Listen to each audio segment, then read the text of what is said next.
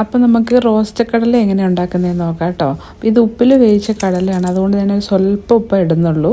എന്നിട്ട് അതിനകത്ത് ഇച്ചിരി ഗരം മസാല ഇട്ട്, പിന്നെ ഗരം മസാല കഴിഞ്ഞ് കഴിയുമ്പോൾ ഇച്ചിരി ഒരു കടലപ്പൊടി, പിന്നെ ഇച്ചിരി മുളക് പൊടി അവനവൻ്റെ ഒലിവിനനുസരിച്ച് ഇതെല്ലാം കൂടെ മിക്സ് ചെയ്ത് കഴിഞ്ഞിട്ട് അതിനകത്തേക്ക് കുറച്ച് ഒലിവ് ഓയിലിന് പകരം കോക്കനട്ട് ഓയിൽ വേണമെങ്കിലും ഒഴിക്കാവേ. എന്നിട്ട് എയർ ഫ്രയറിനകത്ത് അതിട്ടിട്ട് എല്ലാം നന്നായിട്ടൊന്ന് സ്പ്രെഡ് ചെയ്തിടണം കേട്ടോ. എന്നിട്ട് ഒരു 160 ഡിഗ്രിയിൽ 25 മിനിറ്റ്സ് ബേക്ക് ചെയ്യണം. അപ്പം എയർ ഫ്രൈ ചെയ്യുമ്പോഴേക്കും ഇടയ്ക്ക് ഒരു 10 മിനിറ്റ് കഴിയുമ്പോഴേക്കും വന്ന് ഒന്നെടുത്തൊന്ന് തിരിച്ചൊന്ന് ഇങ്ങനെ ഒന്ന് കുടഞ്ഞിടണം. ഞാൻ ഇത്തിരി ഉണ്ടാക്കിയുള്ളൂ, ഞങ്ങൾ ട്രയലായതുകൊണ്ട്. പക്ഷെ നല്ല ഇതായിട്ട് വന്നു. നമ്മൾ കടലിൽ വാങ്ങിക്കത്തില്ലേ, അതുപോലെ അത് നോക്കി നല്ല ക്രിസ്പി ആയിട്ട് വന്നു. പിള്ളേർ കഴിക്കുമ്പോൾ നോക്കി